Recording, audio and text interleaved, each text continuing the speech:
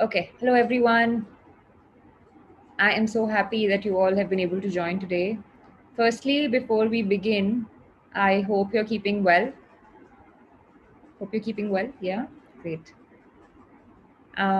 This is my office at Gallaudet University. That's my office space. And so the interpreter today are Surbhi, Manisha, and there are two deaf interpreters, Deepak and Sapan. These four are there. And the reason why we have a deaf interpreter with me as well, because I am not very fluent with ISL, so I'm still using a mix of ASL and ISL.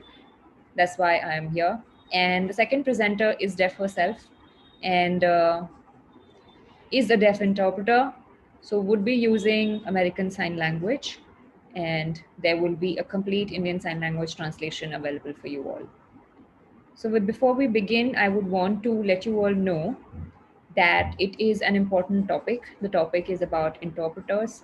I know in India now the interpreters are expanding, and I remember when I came to India and I was, really interested in hosting interpreters retreat. I did one there, and then we had EPIC Ethics Summit where we had a week long gathering, and then the community started to really discuss this and how we can work with interpreters. And more deaf interpreters have also started to expand now.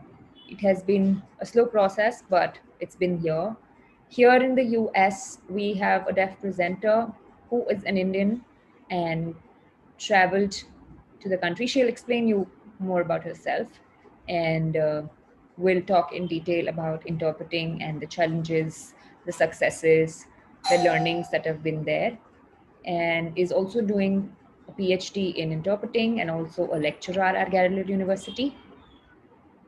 She is teaching at BA in Diploma in Interpreting.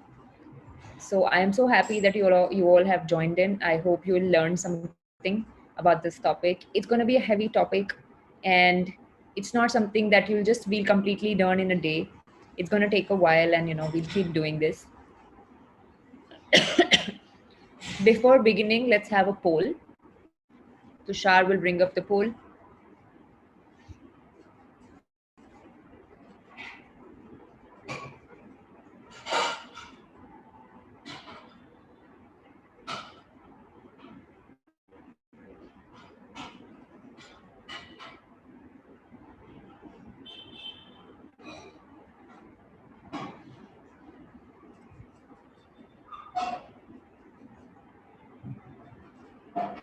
No, no, not this one's the third one. Tushar.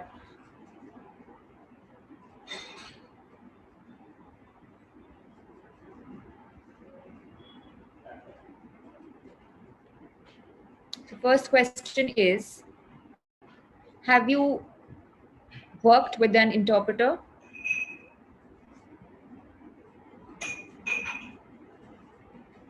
Please vote. Have you experienced using a sign language interpreter?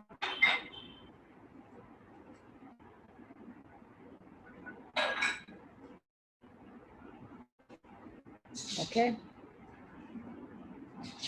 Okay, so have you seen or used an interpreter? Some people have said yes, some have said no.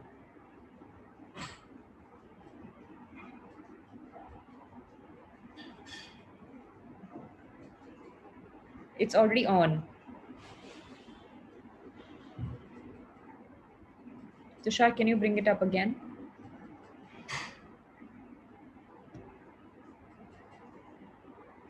Again. I think we should just do it again.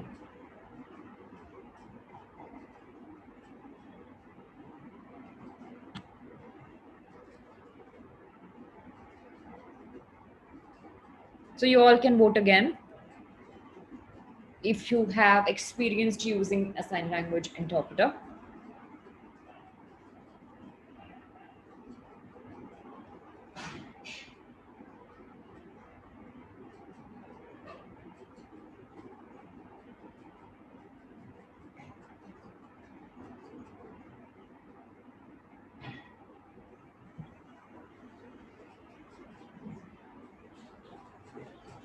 Okay, I think people are still answering.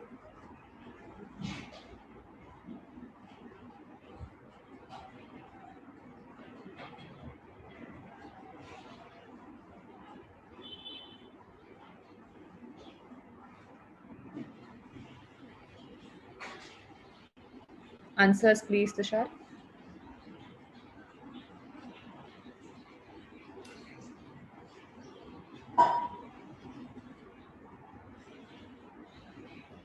Can you see? So 84% people have said yes, they have experienced using interpreters, while 16% people haven't used interpreters. Great. I think it's time to learn more about interpreting and how it works, the experience, etc. Thank you. Second question, Tushar.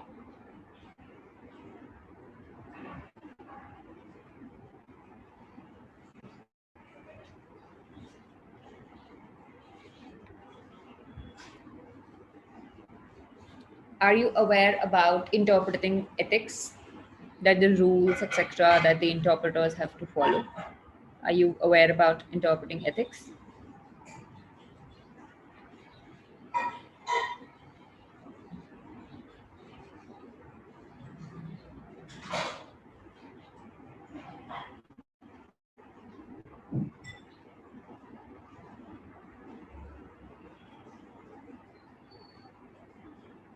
Okay, I think we're still getting votes.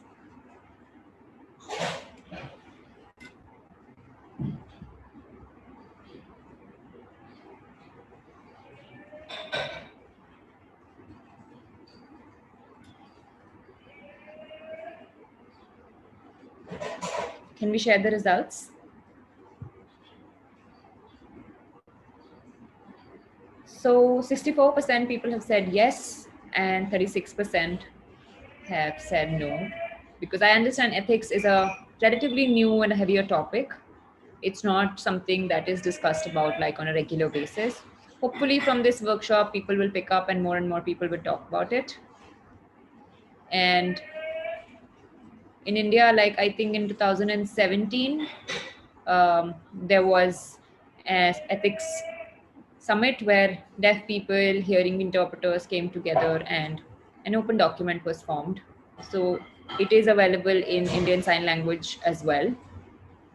So it is written and you can use that if you like moving forward.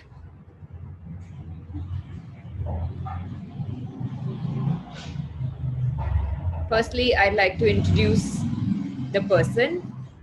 They are Anita, and this is her sign.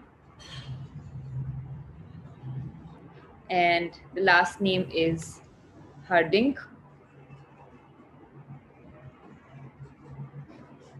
Welcome. I don't know how this popped up.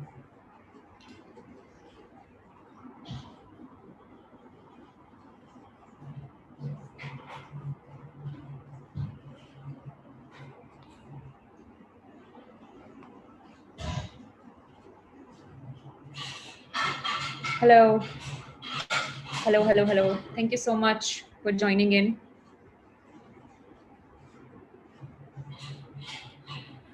Do you want your PPT right now? Yeah, if you can bring it up.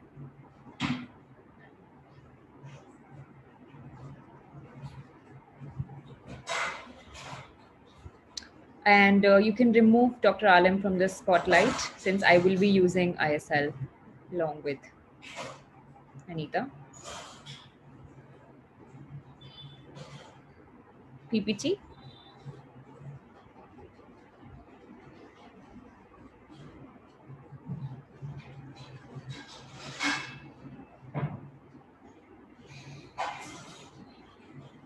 Can everyone see me well? Thank you to the deaf interpreter and the hearing interpreter. And I think there are four languages used: English, ASL, and ISL, so which is great. Three sign languages. Yeah. So we're getting access definitely. So just to let you know, this might be in depth And since we have an hour, I'm just, it's difficult to, crunch everything in 1 hour.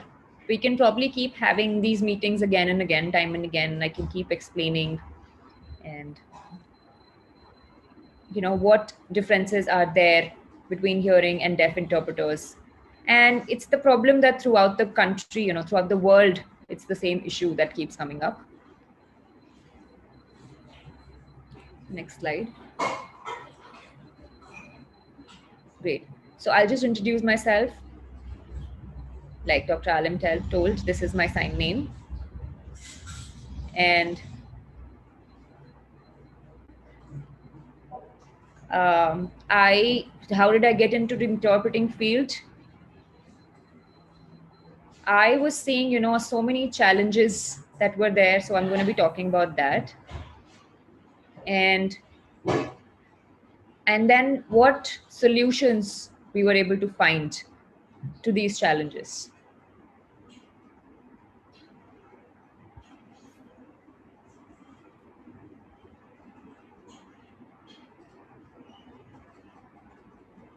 So I'll just explain that. Who am I? I sign India like that. Okay. And nice to connect with my fellow Indians. I was born in India, in Coimbatore. I think this is the sign. Yes. It's in the southern part of the country. And we are three siblings. My sister's deaf, and my elder brother's hearing.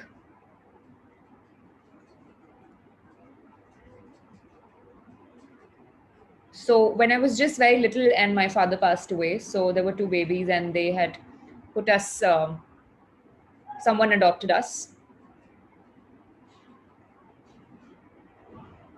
And it was in Canada. They took care of us, etc. The whites, my parents were both whites, and they were both friends, and they used to take care of the kids, etc. Since a lot of us didn't have parents. And Anita, me and my sister both were also a part of this because my brother had gotten another family.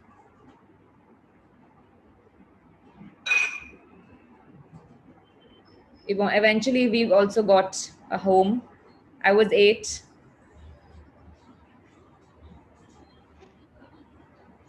9 when I got a home. And it was very confusing, because my both white parents didn't sign. I was signing with my sister, but it was very difficult with the new parents, and there were a lot of challenges. And while I was growing up, at the age of 12, I went to my first school where I had no exposure to it, and this was the first time I went to school at the age of 12, and I started really liking it. And so far I've been, I love reading and writing. And I even teach graduates. I teach bachelor's levels and postgraduate level graduates, film, etc. Manisha, can you mute the participants, please? So, be it about interpreting trainings, etc.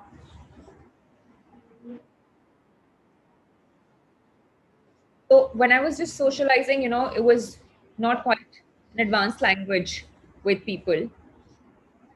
There were modifications, etc. And then I kept upgrading. When it comes to interpreting, the focus is just on mediation. We have to not just mediate, but also like really express that what words, etc., are used. And we have to use advanced level words and then apply the same. In Canada now, the head, they present the ministries, etc., but they're never interpreters. So we helped in hiring interpreters, and then deaf people were really motivated to that. So I had written it to them and got it approved, got the budgets, etc. If there were skilled people to do this job, on how to bring it about on the television, I was quite successful, focusing on interpreting field, and that was my area. And then I moved to the US at Gallaudet University, started teaching interpreting, and for the future interpreters, BA, MA level, and a lot of international students are there who are learning, and I am studying, like doing my PhD there. It's hard, it's a bit hard because a lot of people are hearing and very less deaf people are there in the field. So we And switch. okay.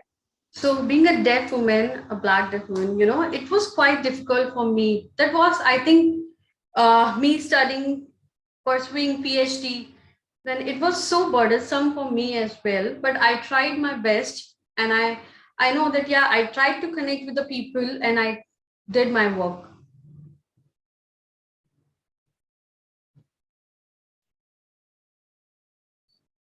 So how I get involved in this interpreting field?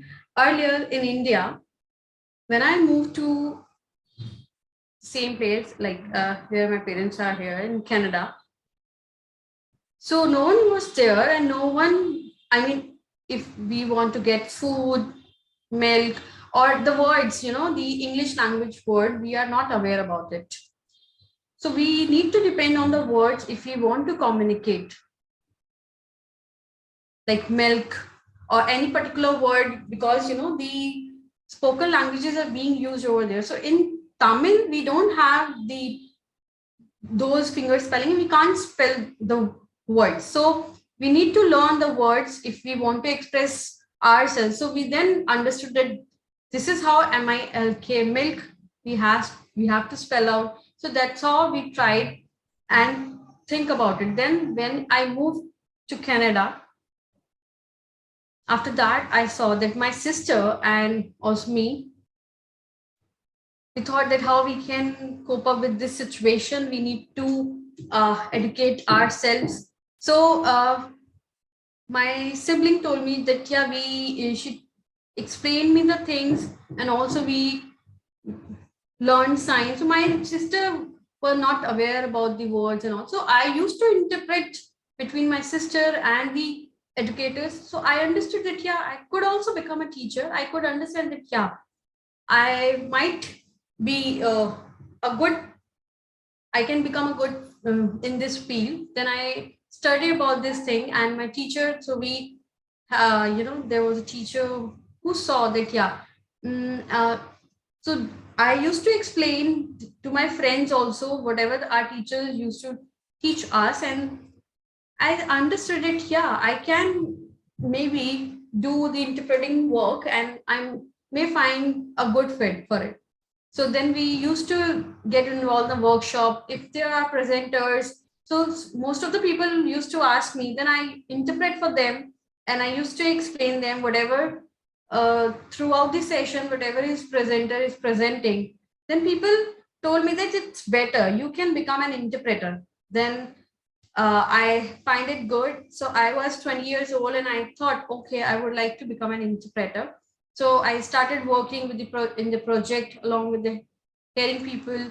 So the hearing people, they said deaf people, they have low IQ mind, and they are not able to interpret, and they can't, they are not much educated. So I told them, no, this is not the scenario, you are completely wrong. I told them that deaf people, they are not wrong. There is no quality education being provided to them. So you have a strong base, you have a strong foundation. That's the reason you can excel in your future. But deaf people do face the challenges all their lives. So they need to get the education in their sign language through bilingual method. So this is, we haven't got any formal training in the accessible manner. So don't think that yeah, we are not capable of doing anything. So I tried to explain the facts to them. Like while I interpreted for most of the people, I understood that yeah, what is actually required, and some people don't understand what the problem is being faced by the deaf community. So I tried to make them aware that I am a deaf person. There were a lot of a bunch of people who were not aware about the deaf people, uh, their situation, their challenges. So it always happens most of the time. So I tried to explain them. So it keeps me motivated all the time. It's like I always say yes to anyone if they would like to, if they want me to explain the things to them, whether it's, so language doesn't have the level. So I try to interpret in all of these situations. Now, when why I got involved in this interpreting field. Can we have a next slide? Next slide, please.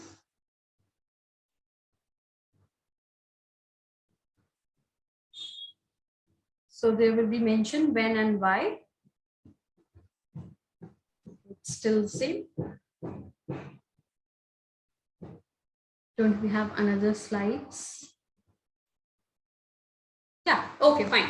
Perfect.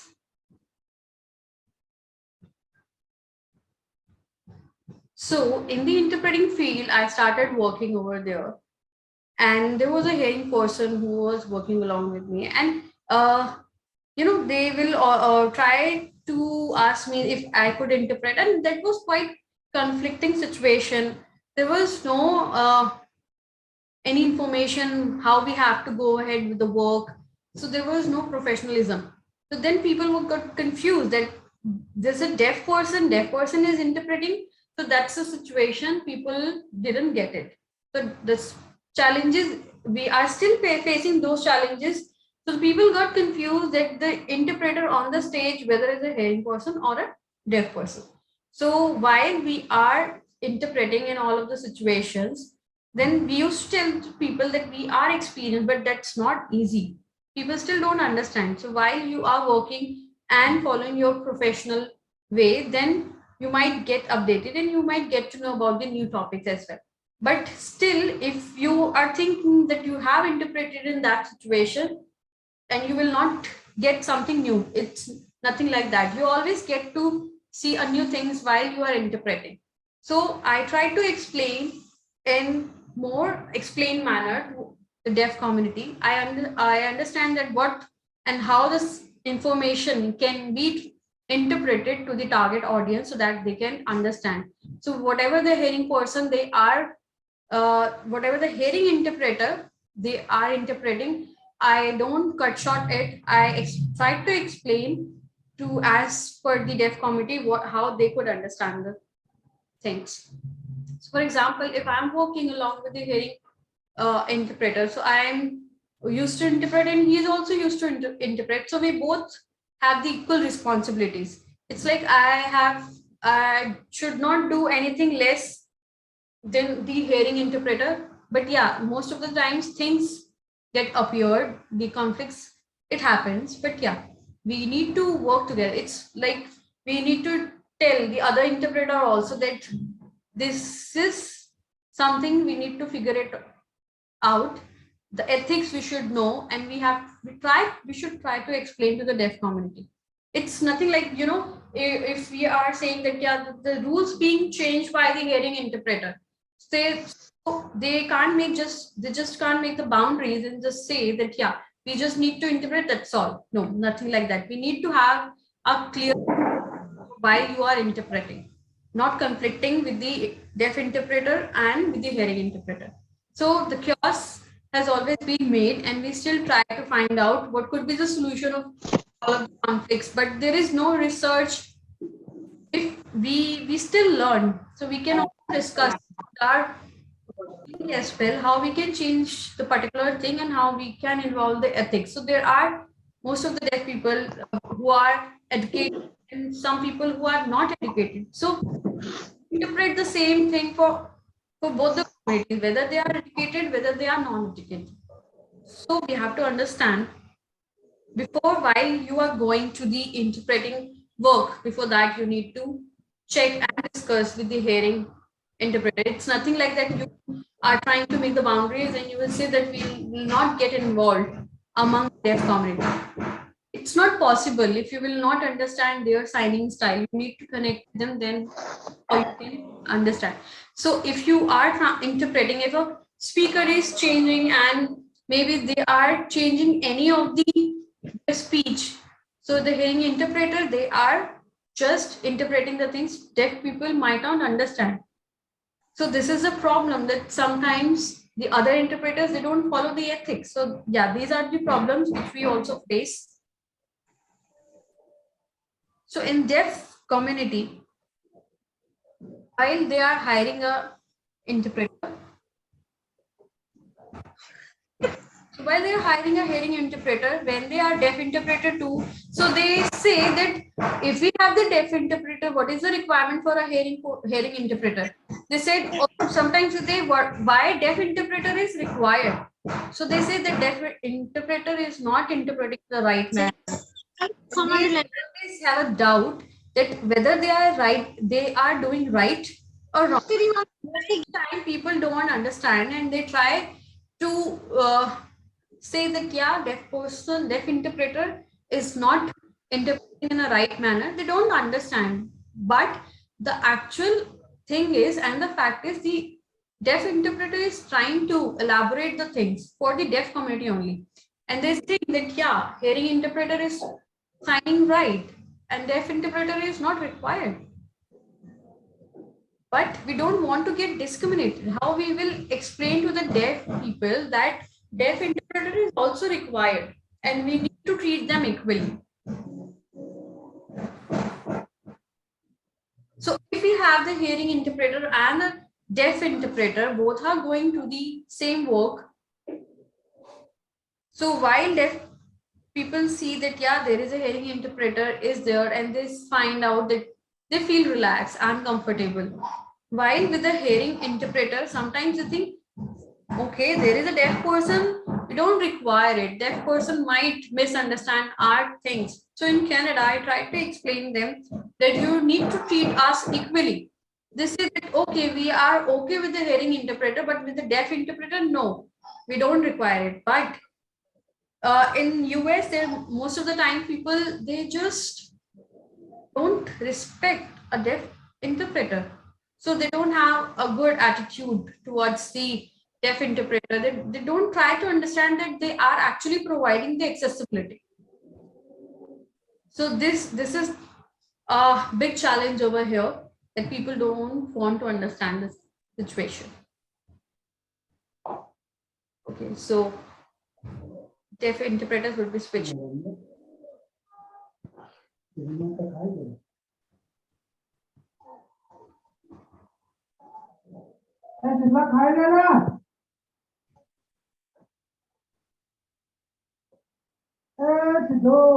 Perfect.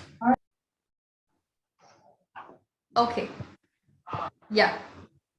Hope you can understand my side. Yes, you can go ahead. Can we have a PPT?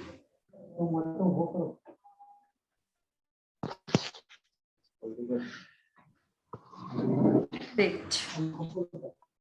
Can we have a next slide? Perfect. So, problem which we are facing here.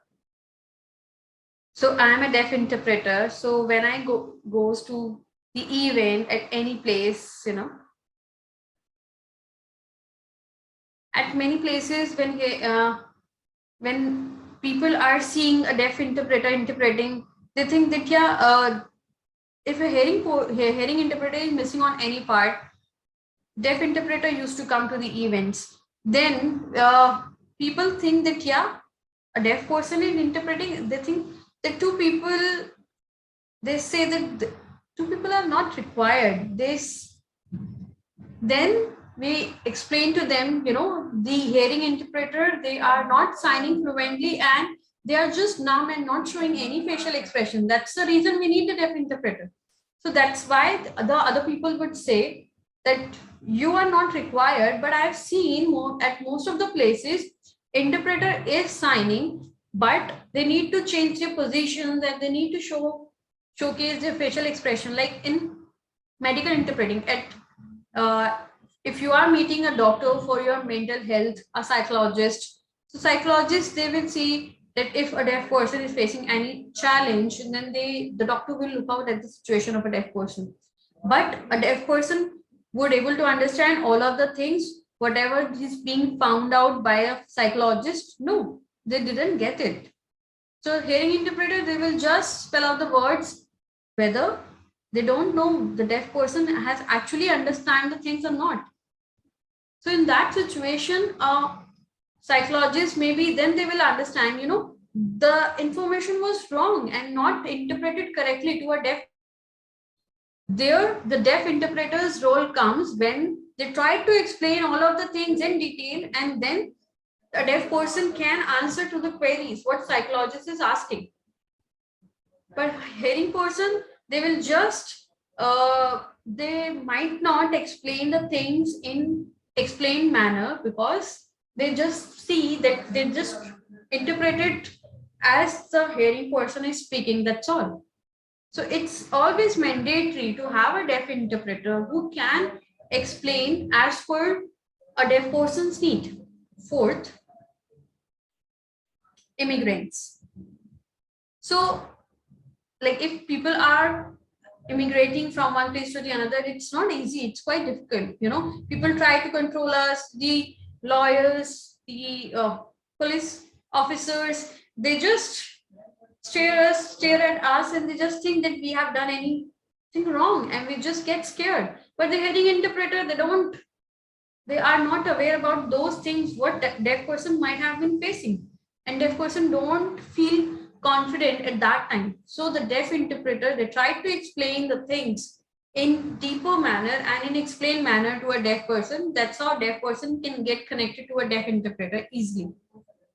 But how the deaf person got underconfident just because of the hearing interpreter, because hearing interpreter get can't feel connected to a deaf person, and they just focus on their interpreting part. Now, the non-native signers. So first of all, like, we have the other languages, spoken languages.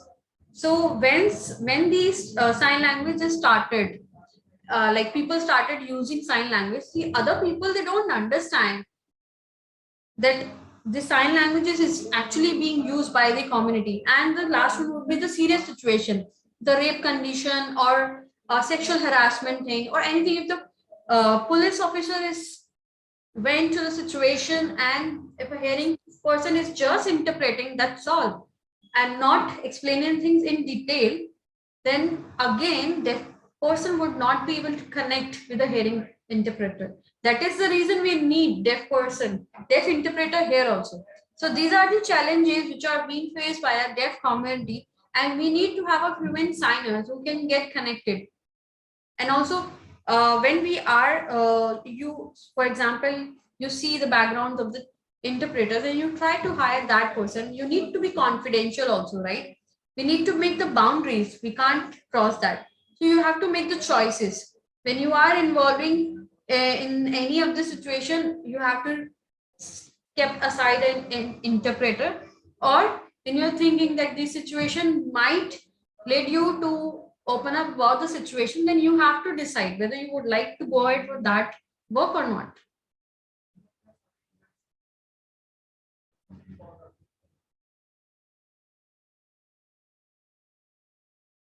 So in US, still people have the same kind of attitude. So there are a lot of people, the white people and male white interpreters. Sometimes they see that, yeah, there are very few Manisha, can I take interpreters. over? Yeah. So here we were discussing about gatekeeping attitude. I'll just explain what gatekeeping attitude is. When hearing people, they start judging that if actually a deaf interpreter is needed or not. They are not the decision makers here. So what we've observed here is that, whenever you're hiring an interpreter, etc., it's always important that we have to have a deaf interpreter. Simple. Right? And sometimes we have to use our friends. So when we are discussing and we are hiring them as friends,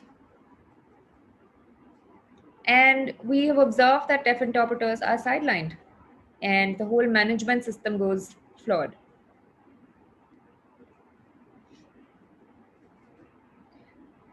I'm sure you all know this word, autism, which is used very strongly.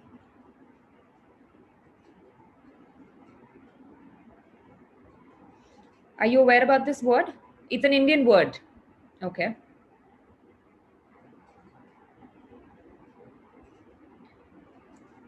When an interpreter is part of a group who has good English, etc., he's hired as an interpreter. And a lot of times, you don't have to like really eradicate interpreters who don't have good English. It doesn't matter. It doesn't matter. The important thing is that you are able to interpret, and deaf person can clearly sign it. It doesn't matter. It really doesn't matter that the English part doesn't matter. It's about the language skills that you have. So that elitism of having an English standard and a groupism, and you're already discriminating the other group, so that is not a good thing, and of course we've all faced that. So what I have seen in my journey of being a deaf interpreter, and also like something that has always been there, the biggest challenge that has been there, whenever there's an interpreting that some event, etc., and they are speaking in English or their mother tongues, etc., in different parts of the world, deaf interpreters are not really, you know, encouraged to be there. They themselves are feeling discriminated by other people. And also, when a deaf interpreter and a hearing interpreter is there, and all hearing interpreters are just observing the deaf interpreter very deeply, and it is discriminating, that has the power, a lot of like gatekeeping attitude. We have a lot of experience of working, etc., and all these like BA interpreters looking at us like so strongly, and I just don't like those eyes though at that time. And hearing interpreters and deaf interpreters, when they're working together and you clearly work with them, deaf people already feel a bit disadvantaged because their disability is kept first. Can you just clarify again? For example, at the doctor, and the doctor sees, okay, you're a deaf person, and they immediately, say deaf and mute, or just look down at us. You're mute. The words like mute, and deaf people are like, um, the kind of that negative expression also comes in, and they just say, I am a deaf person. Don't call me mute, right? And we immediately, we're clarifying that this is the right terminology. So this is like a connection, that support, that expression you give, the interpreter immediately gave that, that the doctor is calling you mute and looking down on you. So that connection is very important. Many interpreters actually don't tell that, they are saying mute or dumb or any word. And everyone thinks that the doctor is right. But it is important that you really interpret correctly what has been said.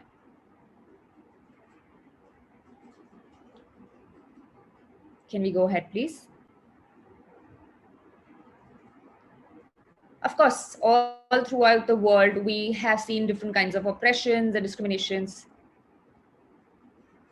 It is because the course, basically, that's there. And I'll just share my story while growing up when I was in school. And the school was, when I moved from Canada, and my parents didn't know sign language, there was no communication, and I was feeling all worked up at that time. There was no relationship, real relationship with my parents. And automatically, I was not interested in my parents anymore when I joined school, because school really helped me understand who I am. And that really helped me really understand that, right now as a grown up, while I was growing up as well. And when I completed my 12th and my graduation, etc. So, I mean, it is all white supremacy. When it comes to brown people, they are discriminated. They are more of, white people are more advising, and there is white centric approach. There's more of a help that always comes from them. So which is completely wrong, and it has been happening in all parts of the world. Similarly, when it comes to deaf people, hearing people say the same thing, hearing centric approach. So there are so many, students and who read storybooks, etc.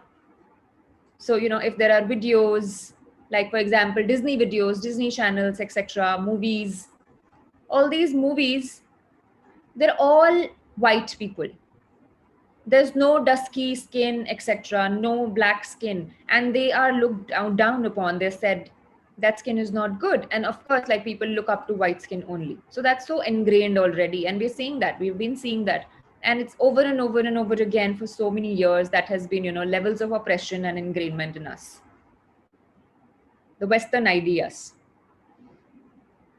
So we need to discuss these things. At present, the hearing major, can you go again, please? For example, the queer community. Let's talk about the queer community, be it gays, lesbian, etc.,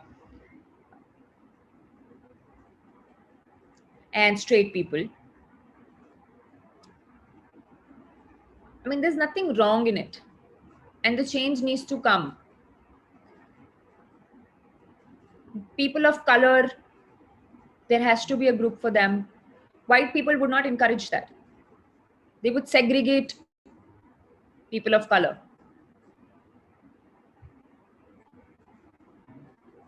They have to be involved in all kinds of curriculum making, all kinds of things. And I think we are still facing the same kinds of problems related to my skin color. I'm the only brown person who's working. Yeah. Autism and racism exist. So the transforming attitude, the struggle against oppression of deaf is still there. It's still there. I mean, it's taking a little bit of change, but we deaf people really, really have to work hard and show that, that this thing needs to change. We have to work in unity and strength, politics, power, and social justice together. We have to collaborate and work together. Like, for example, deaf interpreter, we have to strongly say that you need them. Hire more deaf faculty,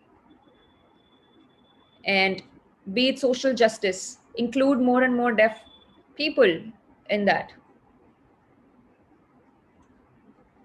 Keep doing that. Not just talking, but really doing. There are so many hearing interpreters that are already there who are white and some other skin color as well, who are experienced, also doing that. We as interpreters don't have to look down because it's ingrained in us.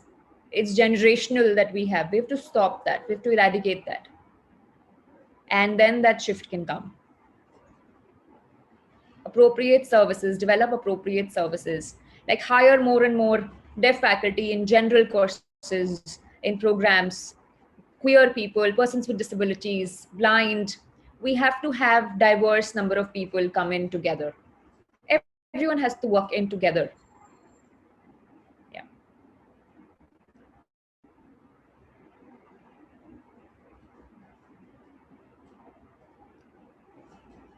So when hearing people join in deaf community, they start to take up, no, you don't have to advocate for them, you don't have to speak for them.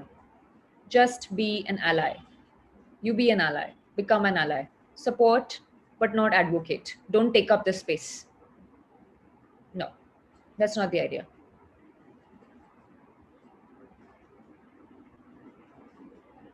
Just remember who you are, reflect on your own self, and have clarity. And then you can bring about a change. Please don't stop reflecting, always reflect. Next slide, please. I'm open for questions and comments. Can I summarize first? Okay. Yep.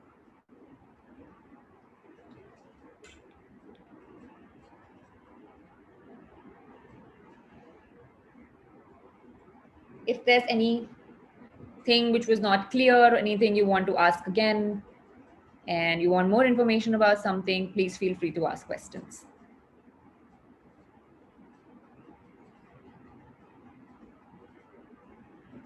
Anil.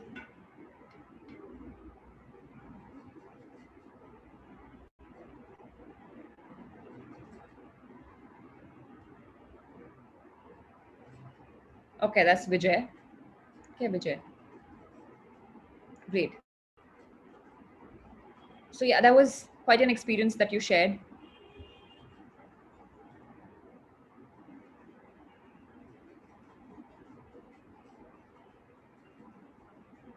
So can you share a little bit of your own background about how your experience has been with interpreters?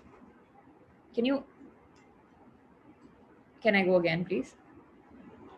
So your interpreting experience, encouraging deaf people.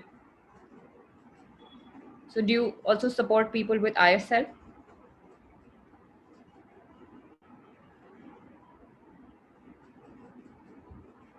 See, it's my responsibility that if I am an interpreter, deaf people really call me, that you're a good interpreter, you're good at heart, you're open minded, and they don't look down on me. And then I work with them.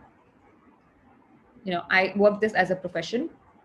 And when hearing people are progressing, they're becoming professional interpreters, then deaf people are also, you know, in line with them.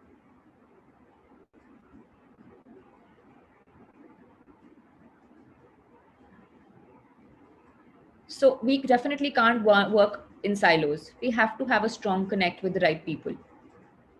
I have seen, discrimination, miscommunications, etc.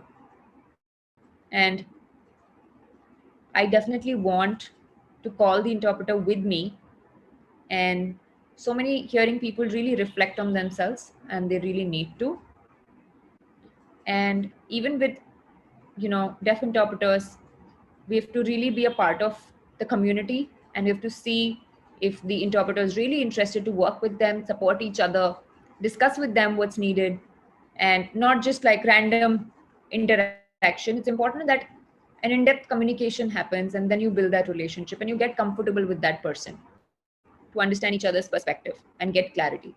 So that is the right kind of support that the person can get. And you have to really connect with the hearing and the deaf interpreter. How they are envisaging things can be different, but deaf perspective is different.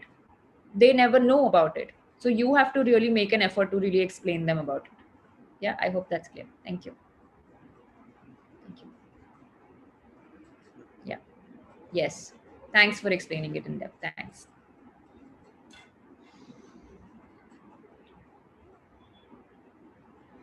So before we begin, before the next person join, thank you so much for explaining so much. I know that the situation here in India is a bit different from the US. However, I hope that people will pick up and learn that what's happening in the US, um, they will learn from that and not just really copy here in India. It has to change for better. Yeah. Yeah, can I add here? I understand that, it's a different world, and India is different. I'm sure that, people as interpreters are going, etc., all throughout the world. I know that America is comparatively really small compared to India. India is huge. And in India, there's a good opportunity of resources, online technology, deaf people setting up so many things in India. In the US, it's really less comparatively. But I do see an opportunity here in India, which can be led by good leaders here. And I hope that we are able to learn from you. And you are not learning from us, we're actually learning from you. Yeah. Okay, let's take the next question.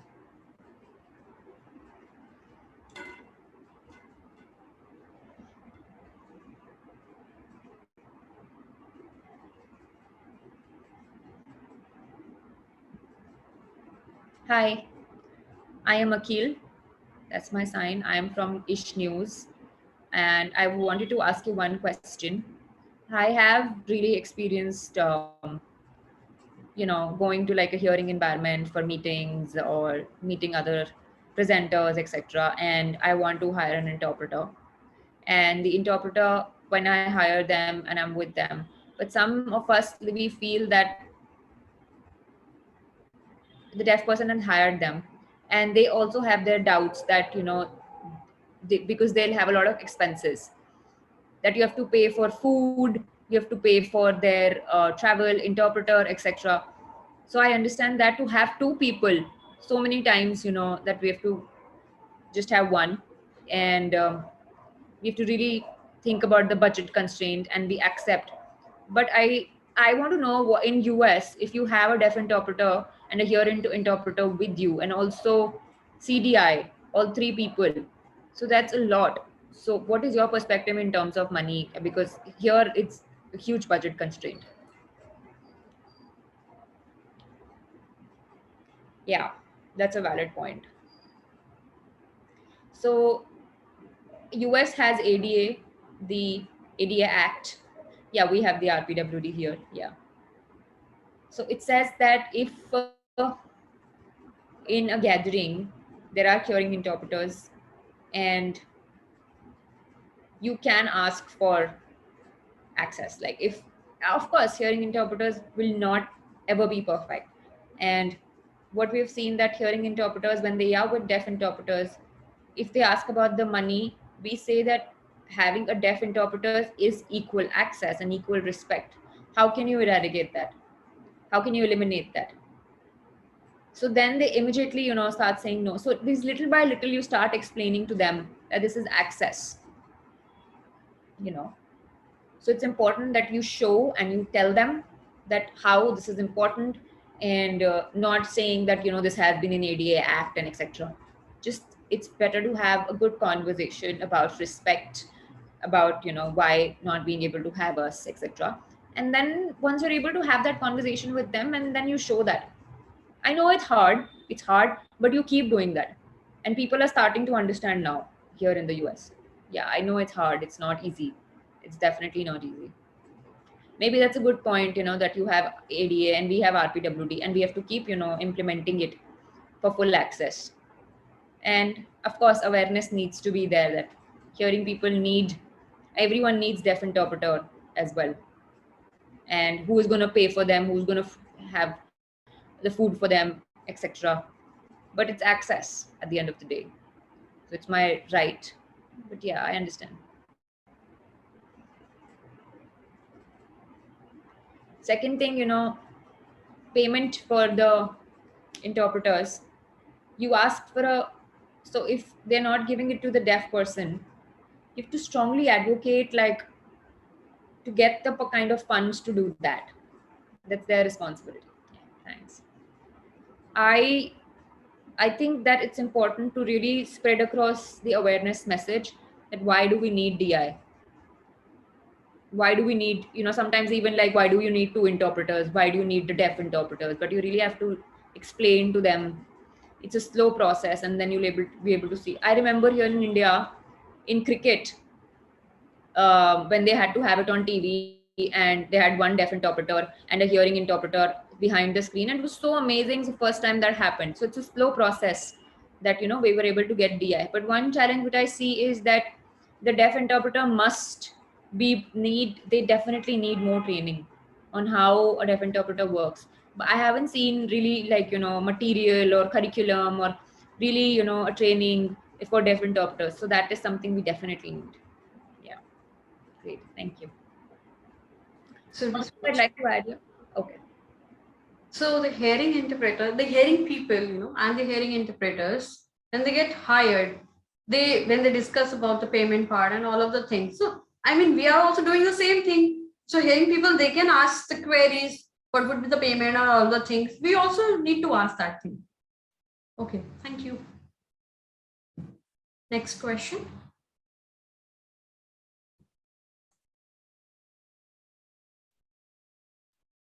Hi. So I'm Amit. I would like to do a research work, and I'm also interested in it. So while I'm Manisha, I'll voice by myself. It's fine. So, oh, just give me a second. Yeah, we sure, need to spotlight. Yeah. yeah, sure.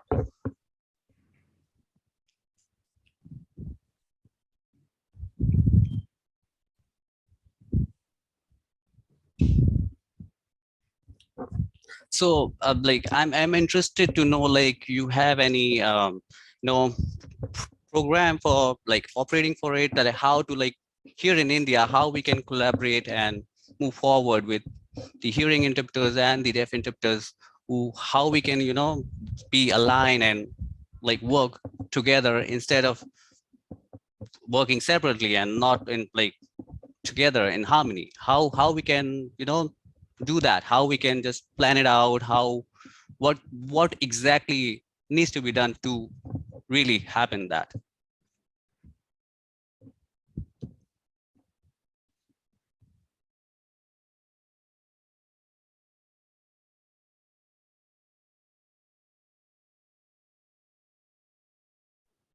So Dr. Alim is explaining the question once again. So he's asking to you, the deaf interpreter and the hearing interpreter, they both communities, how they can collaborate, or if there are any resources to encourage the DI and the hearing interpreter, deaf interpreter to work together. What you can suggest in this thing? Oh, big question. So here in India, the Indian Sign Language, who is representing Indian Sign Language? The deaf community is not small. They are in India in a lot of places. So in India, when like you have states, correct? So if you know that you can ask a deaf person or a hearing interpreter, both of the communities, what they require, right? The hearing interpreters and the deaf interpreters, we don't know what actually their requirements are. First of all, you need to test out. You need to have a survey that what deaf interpreters they are looking for and what hearing interpreters they are looking for. And you need to make the survey. Later on, you need to check whether the both things are they require the same thing, or then you can make a course or something like that. For example, right now the hearing interpreters, like if there are a lot of programs being conducted for the hearing interpreters, we see that, yeah, if we make any course which could be run in university or any colleges, so we can make it at a national level, and we can change the curriculum also of the course along with other people. If they would like to get involved in that course as well, we can involve them. That's how we can collaborate. Like in Graduate University, we are working along with the hearing interpreters too. Yeah, the project, I understand that. I don't know here most of the people in India. I'm trying to get the community here. I'm trying to learn more in detail. Yes, what could be the other areas? I'm trying to connect with other people too. So if people are asking question to me, I don't know how to answer that. That's why I asked you here. I know that there are a lot of associations or the people working over here, but to how to start with this thing and working and collaborating. So yeah, there are deaf people, they have the associations and all. You can start and you can discuss what you would like to do. It's first of all, you need to gather around a lot with other people, and you have to see. I know that America is still behind of India, you know. You have different things and you can actually work on it. You have different spoken languages, right? So you can better connect with the hearing interpreters. You can conduct the workshop or training as well. I think it would be better if you can help. And if you can make any course or something like that for us, if you can provide us any material, that would be better. Again, can you please ask the question again? Uh, So Dr. Alim saying that you can come here and you can start something. He's asking that you can conduct a workshop or you can conduct any training. Okay, so what topic you actually required in the training part? So if you can let me know the topics and all in our university, so maybe I can ask my head over here that there is a good suggestion from Indian people, and we can discuss about the budgets and all everything, and we can check with the university, and then we can suggest. So I would like to get you involved with us so that you can do your work and go ahead. Okay, thank you. Next question, please.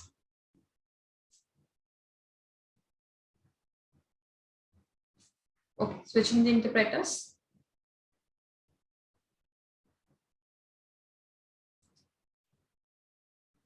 Next question.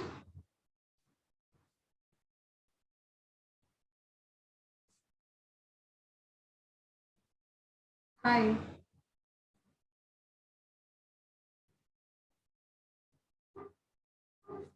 Hello. You can ask your question. Hello.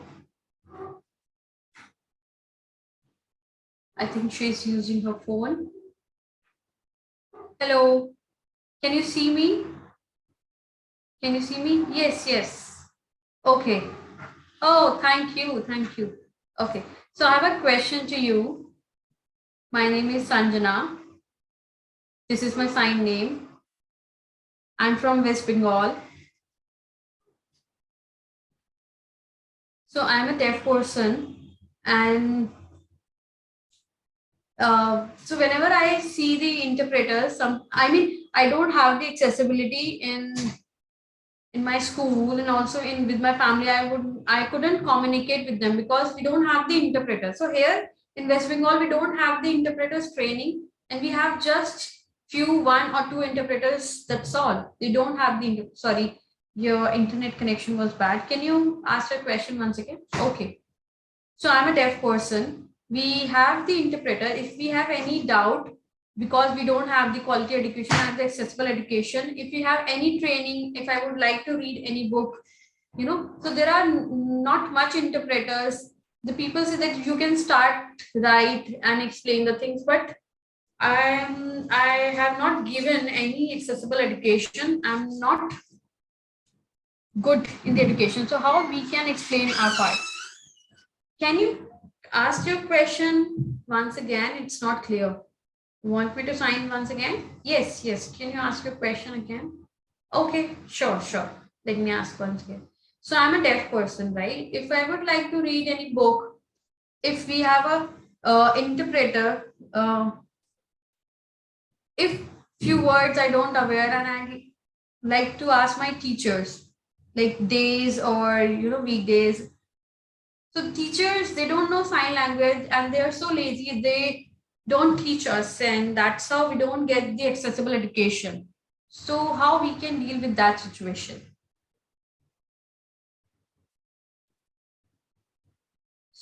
Let me just clarify. She means that the teachers in the classroom, they didn't know the sign language. If she is asking any particular words, if they would have the interpreters, then it would be better. But teachers, they don't know sign language completely. That's why they feel lazy and they just ask their students to do it by yourself. How we can solve this situation?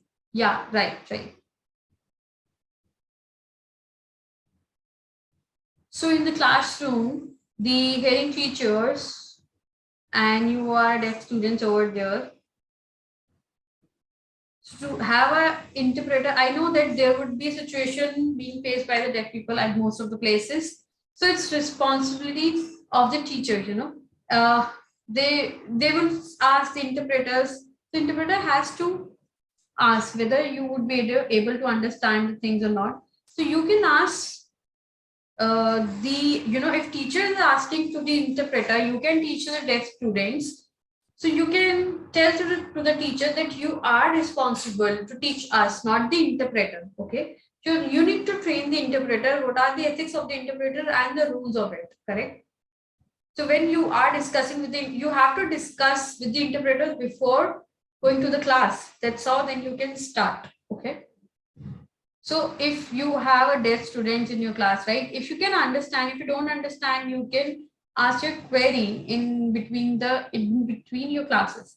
If you don't understand, then you ask the interpreter to explain to you again, because you have a different language, right? English, ISL, and how you can learn about it. So you need to ask the teacher, and then that's how interpreter can explain. Interpreter can explain in detail, because they think that, yeah, their students, they are dumb and they would not get it, but you need to be attentive at that time. You need to ask the teachers that you are not getting anything. So the sometimes teachers would ask the interpreter, so you need to inform the interpreter. You need to have a better connect with the interpreter. You need to inform the teachers and the interpreters what are their roles and responsibilities.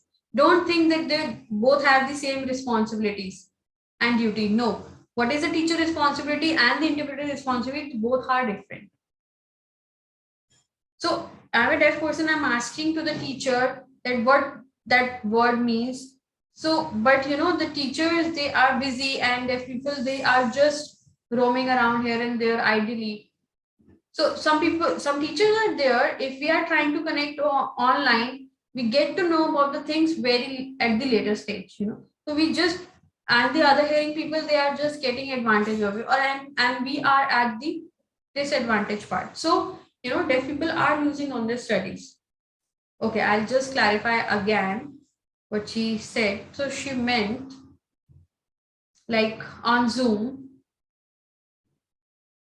when the deaf people, they would like to ask their teacher, and they're asking the teachers, but and also if the interpreter is not there, interpreter is coming late, the teachers, they said that I'm done with my class, and teacher would leave. Okay.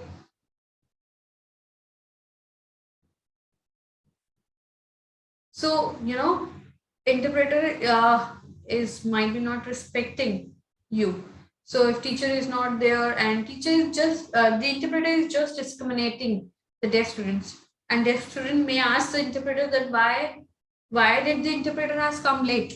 So this is the thing. If interpreters are being provided for the work, they should be responsible to reach at the school before time. So you need to inform the interpreter that this time our classes would start, and you have to reach in the school before class begins. So you have to tell the interpreters, right, that you can't just oppress us, and you can't just discriminate us. You need to try to connect with the interpreter. Okay, third question, the last one. No, no, no. We have a lot of questions from other people. Okay, I'll ask next time. Thank you. Thank you so much. Next question. Thank you. So I have a simple question here. I see in the world, like, the interpreter and deaf people. Just hold on. You are using ASL or ISL, both. What would you like me to do, ISL or ASL? No, I would, what I will do ISL, okay? Yeah, that's okay. Okay, I will do ISL. Fine.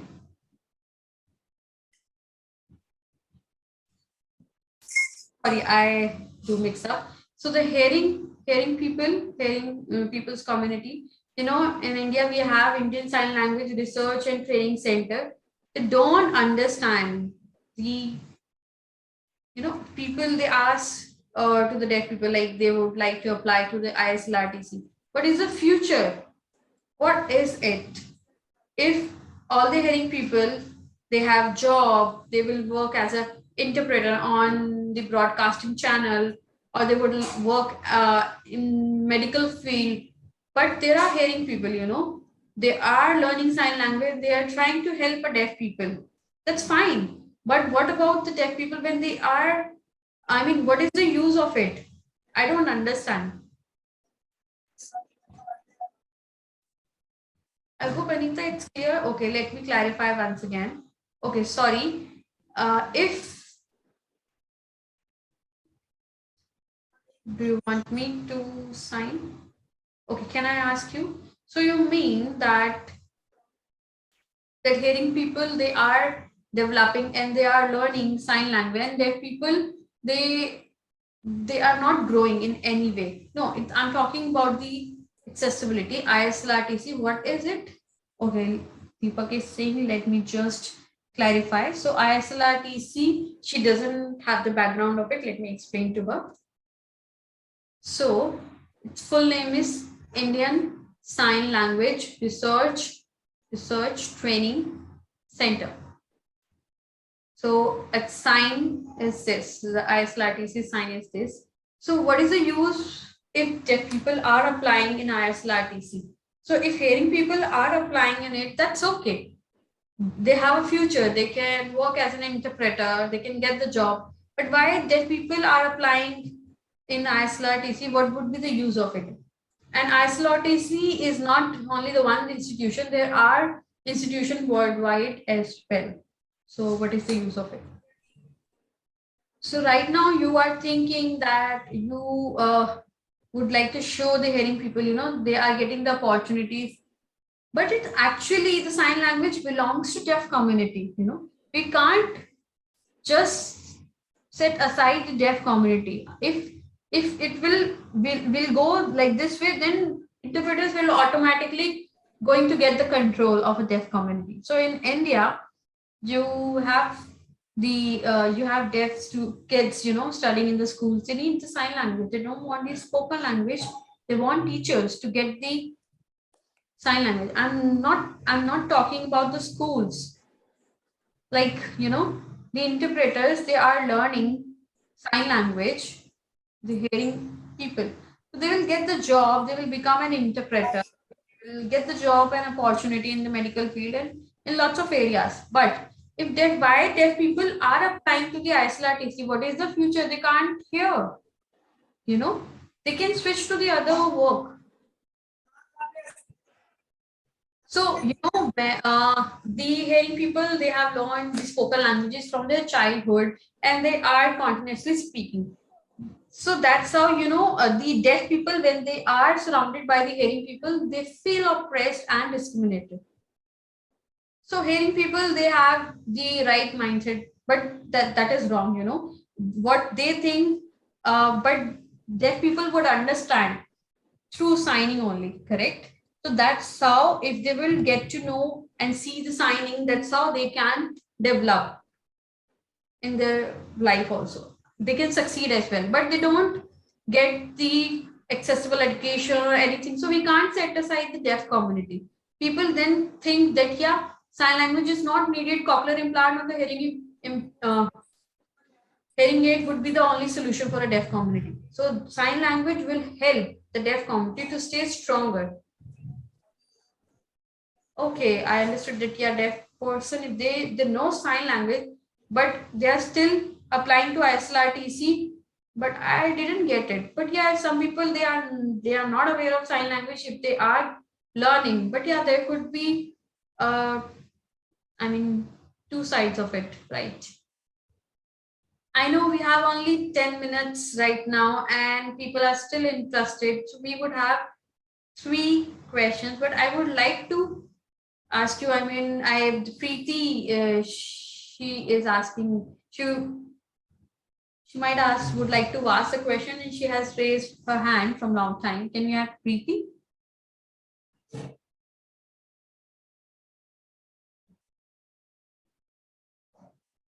Hello. Yes, Preeti, you can go ahead. Hi. So in ISLRTC, there are all the hearing people who are teaching to the deaf students. Okay. After learning the course from the ISLRTC, they are providing the certification to the hearing people. So at any of the place, sorry, can you sign once again? The hearing people, they are getting certification from the ISLRTC,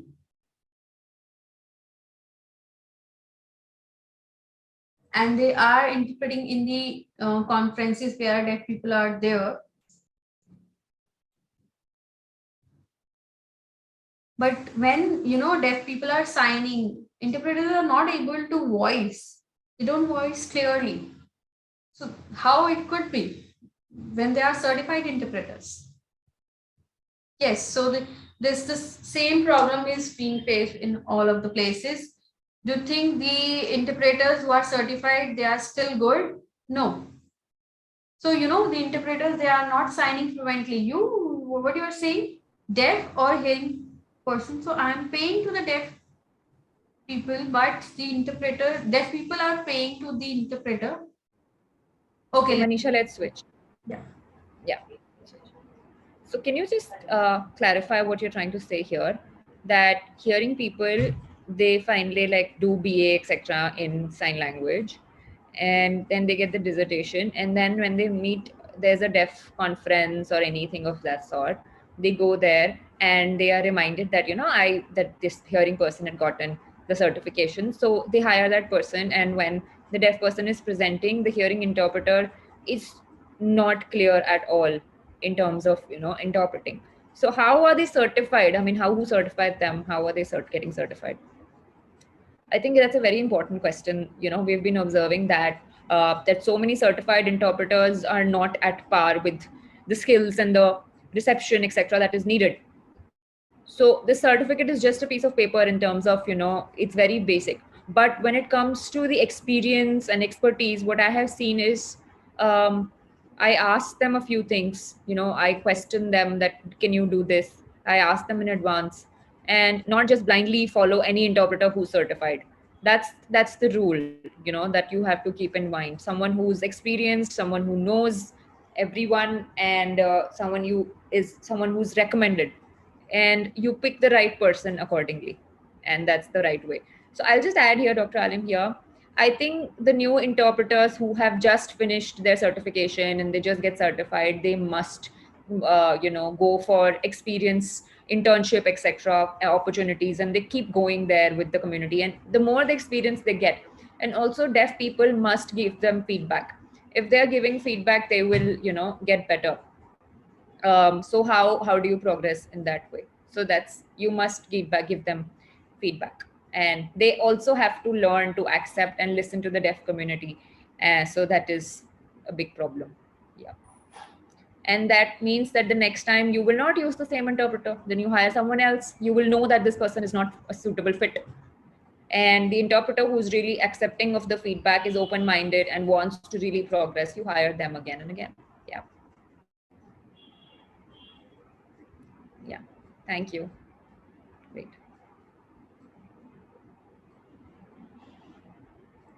Okay. Ravi.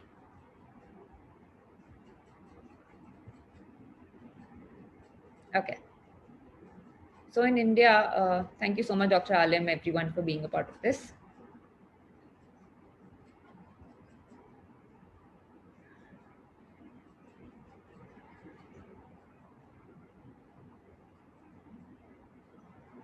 So be it the 2-year course, the 4-year course, um, it's not clear. Interpreters are not really motivated. But if interpreters want to get more training, then, like you said, you were talking about ethics. Anita, you were just talking about the ethics. And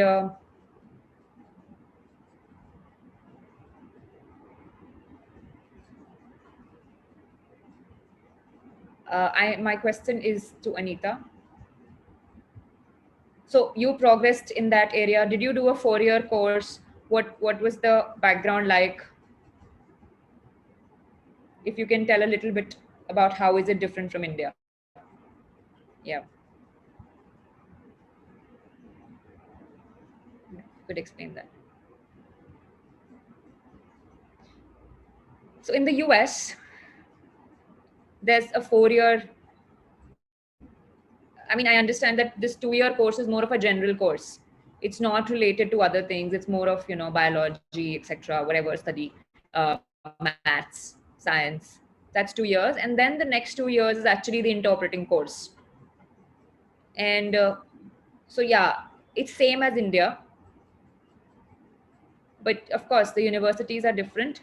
It's a deaf university. That means that everyone must sign, and the interpreters who are there also, they have to sign. There's no verbal communication allowed at any point of time.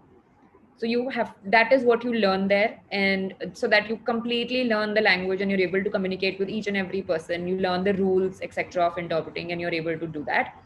And in the third year, then you have to really take up the field of interpreting, and you understand how mediation works, how communication works.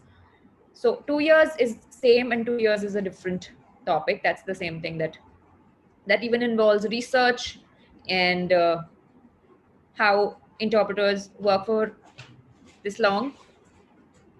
In BA also, different topics are picked up.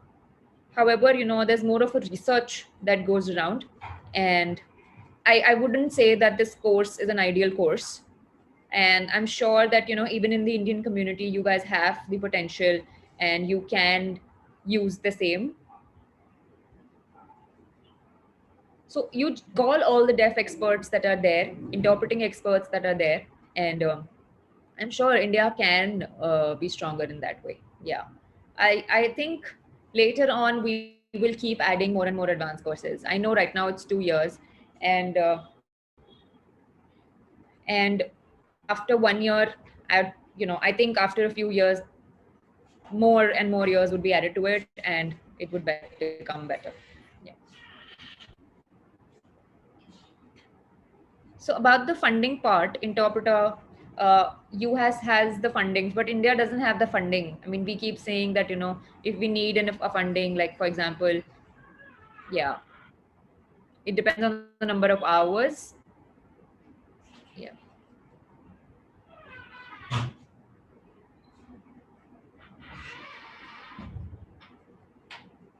So it's important to understand that, we have to support each other and ask for recognition of access.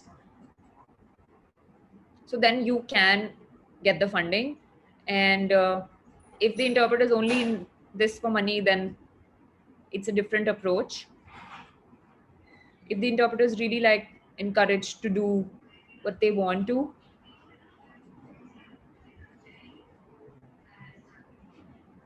so yeah, you have to, like, well in advance tell them, dear, can you please shut the door? So that is how the interpreting has to work in. You really have to work in terms of really bringing in and telling them that why this is necessary, and possibly then the funding can get through. You file a complaint, why don't you go to the court that you're not getting the right kind of funding, etc. So yeah, right kind of payments. So it's a bit different here in the US. So you come to India, hopefully. Yeah. Yeah, we want to, know more about ethics, interpreting, etc., and really change the scenario here in India. Thank you, Dr. Alim. Thank you, Anita.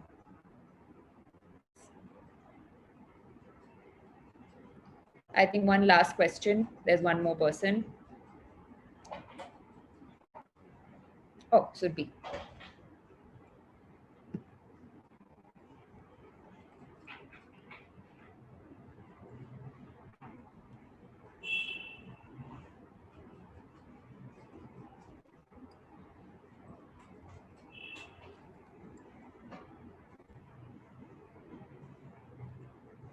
So right now I'm interpreting here, but still I'm a voice interpreter for today, but still I would like to ask you a question. So now, when I used to go to the lot of places, the people are not aware. They don't know about the ethics of the interpreters. So with me, we have, when we see the other interpreter, that some other interpreters, their behavior is not good. They are just, restricting the other deaf person not to ask any questions. When I see, I don't feel it. I don't feel good. What would be the procedure of giving the feedback to the other interpreter? So, they should not back out. They should accept the feedback. That is one question I would like to ask you. I know that's a big challenge. So there are a lot of interpreters, when they find out the other interpreter is not doing right, I have your heart. I know you see that, yeah, it's I mean, you try to figure out the things and you try to support the other interpreter that this is wrong and they are not supposed to do the things. You should tell honestly, and when you are telling honestly to the other interpreter that the behavior is not good, if you would, you need to tell them the ethics and what is the right approach. You need to tell them.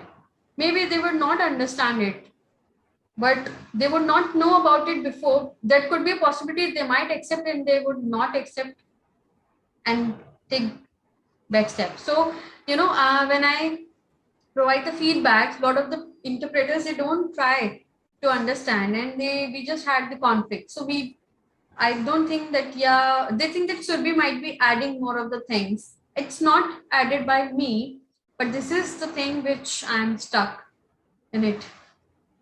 Okay, so when you are supporting the other interpreter, do you have the other interpreters who can support and maybe can help you out in this situation? Maybe you can discuss with the other interpreters who have this like mindset like you have. You can have those interpreters, or maybe you can ask them to support you while giving feedback to the other interpreter. And then people might understand that, yeah, what is the right way, and might follow your path as well. Second question, just a short one. So I'm so glad to see a brown person who is working in Galgate University. I would like you to come here in India, and so that you can conduct any training or workshop. Yes, I also think that in India I would like to get involved. I would like to work. Thank you so much. I know a lot of people would like to ask the questions, but we are running out of time. So yeah, we will be sending, we have sent the EPIC link over here, and you can see about the interpreter ethics. It's not actually being approved, but yeah, it will still help you out to understand the ethics of the interpreters, and you will get the idea. Now we'll have a last pearl question, but before that, I would like to thank Anita for presenting over here and explaining about the interpreting challenges. I hope that, yeah, we could have a collaboration. We can work again and we can have a training for the hearing interpreter and deaf interpreter in the future. Thank you so much for once again for giving your time, and also the deaf interpreter and the ISL interpreters for voicing and interpreting. So now we have our last poll question, third question.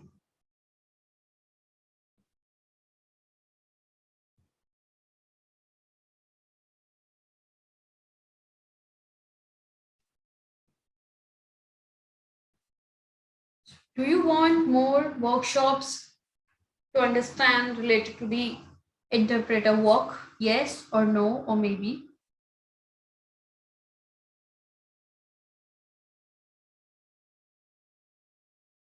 Would you like to have such workshops in the future as well? How to use the interpreter?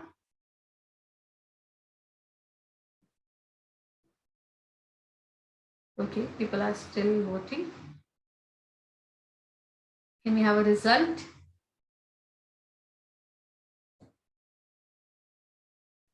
Yes, so 86% people have said yes, they would like to have more sessions like this. 5% said no, and 9% have said maybe. Great.